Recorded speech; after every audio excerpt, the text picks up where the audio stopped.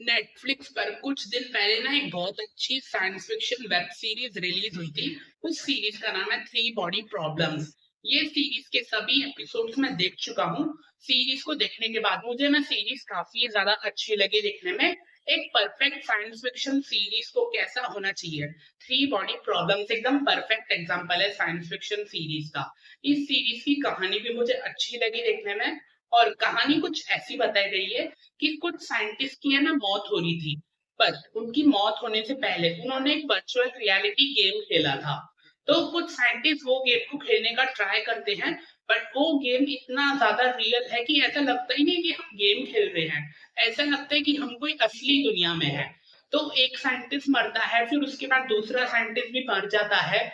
तो कुछ साइंटिस्ट है ना वो हैंडसेट को चेक करने का ट्राई करते हैं।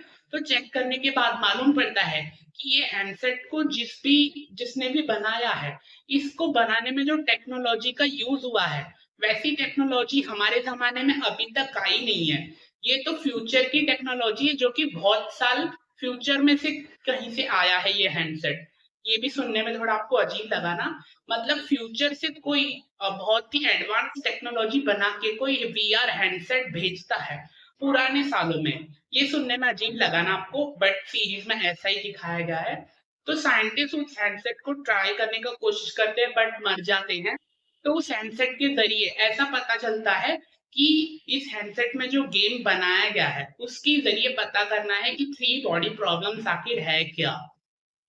तो जैसे जैसे साइंटिस्ट जो है वो इंफॉर्मेशन कलेक्ट करने की कोशिश करते हैं, उनके सामने और भी सबूत आते जा रहे हैं, मतलब इस हैंडसेट के बारे में इतनी ज्यादा एडवांस टेक्नोलॉजी आई कहाँ से, फ्यूचर में कौन है जो हमारे लिए ऐसे सब कर रहा है।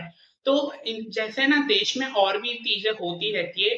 मतलब ऐसा दिखाया गया है सीरीज में कि एलियंस जो है, एलियंस इतनी एडवांस टेक्नोलॉजी को बना रहे हैं और हम पे कब्जा करना चाहते हैं इंसानों की धरती पर। और वो इंसानों को गुलाम बनाना चाहते हैं, ऐसा सीरीज में दिखाया गया है।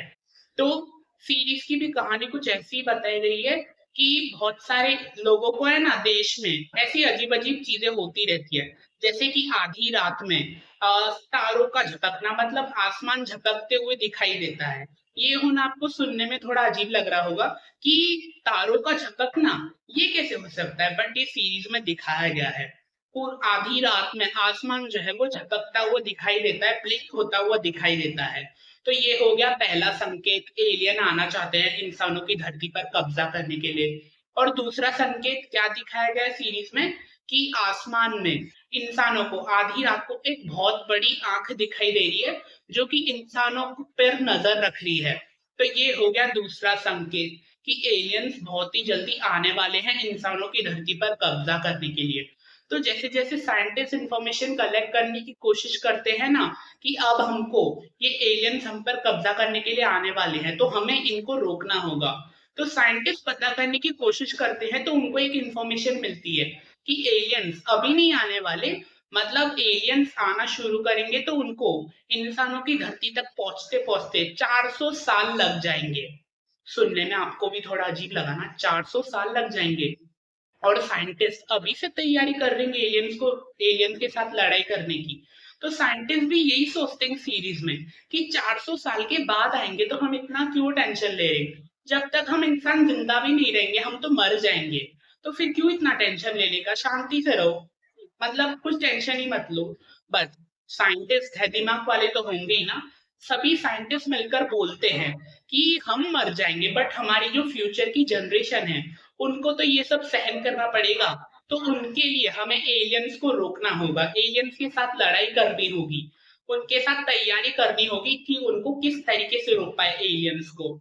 तो सीरीज की भी कहानी है ना कुछ ऐसी ही बताई गई है। सभी साइंटिस्ट जो है वो एलियंस को रोकने की कोशिश करते हैं, क्या एलियंस जो है धरती पर कब्जा करने के लिए आने वाले भी है या नहीं, या फिर ये जो एडवांस टेक्नोलॉजी इंसानों के देश में भेजी जा रही है ये कौन भेज रहा है, क्या राज है ये इसके पीछे का। ये जानने के लिए तो आपको सीरीज देखनी होगी थ्री बॉडी प्रॉब्लम्स। सीरीज जो है वो काफी ज्यादा अच्छी है देखने में, कहानी भी अच्छी है। बट इस सीरीज को आप फैमिली के साथ नहीं देख सकते क्योंकि सीरीज में कुछ अडल्ट सीन्स दिखाए गए हैं, तो आप ये सीरीज को फैमिली के साथ नहीं देख सकते, आपको अकेले में ही देखनी होगी ये सीरीज। एक बहुत अच्छी परफेक्ट साइंस फिक्शन सीरीज को कैसा होना चाहिए। थ्री बॉडी प्रॉब्लम्स एकदम परफेक्ट एग्जांपल है। मुझे तो थ्री बॉडी प्रॉब्लम्स एकदम अच्छी सीरीज लगी देखने में। आपने अगर अभी तक नहीं देखी है ये सीरीज तो जल्दी से जाके देख लो, नेटफ्लिक्स पर अवेलेबल है, हिंदी डबिंग में भी अवेलेबल है। देखो, बट फैमिली के साथ नहीं, अकेले में ही देखना। और देख कर कमेंट करके जरूर बताना आपको थ्री बॉडी प्रॉब्लम सीरीज कैसी लगी देखने में। तब तक के लिए मेरे चैनल को है ना सब्सक्राइब कर दो, क्योंकि मेरे चैनल पर मैं अच्छी और पॉपुलर मूवीज और वेब सीरीज के रिव्यू अपलोड करता रहता हूँ। मिलते हैं नेक्स्ट वीडियो में।